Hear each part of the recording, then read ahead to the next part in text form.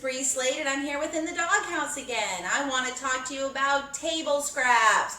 Love continuing this conversation about food. Dogs love food. Dogs love to eat. Generally, most dogs, especially our food, when they're watching us eat. But I've made a personal decision, and we've made a family decision not to feed our dogs from the table. That doesn't mean I don't give them people food. So you need to talk to your family and come to a unified family decision about whether or not you're going to feed the dog from the table while you're having a meal.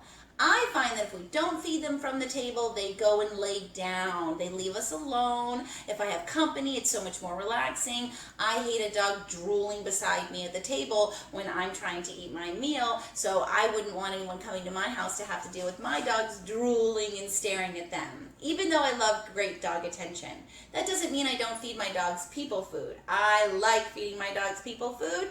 They love ingesting all kinds of meats. I think that it's very good to take meat as long as you haven't seasoned it with things that are not good for dogs, and we can cut it up into small pieces, put it in the freezer, put it in the refrigerator, save it later, make them earn it when we're doing training treats. I love mozzarella cheese, chicken, beef, salmon, all kinds of fish are good for dogs, but I do caution dogs are a little more allergic to pork. They're also a little more highly allergic to rabbit or lamb. So those three I caution in giving to your dog. I also don't like to give your dogs any extra fat or the skin on the meat. Dogs cannot process and can find a toxicity with garlic, onions, green onions, and nutmeg. So you have to be careful what you're cooking with. That's why I don't recommend just putting a plate on the ground or having your dog join you to lap up what might be left. You might have done garlic mashed potatoes or put a seasoning on those veggies that now your dog can't have it. So be very cautious there.